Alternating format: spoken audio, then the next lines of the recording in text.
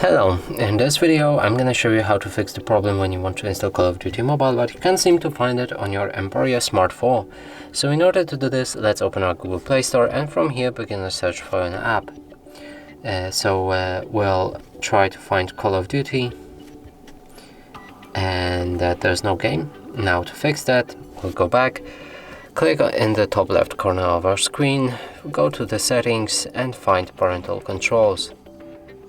Here you'll want to disable parental controls entirely or go for apps and games, enter your PIN code, select OK and increase PG to at least 16.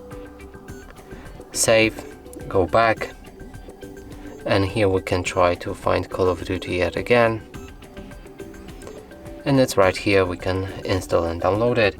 And that's it for this video, hope you like it. Please consider subscribing to our channel, leave a like and a comment below.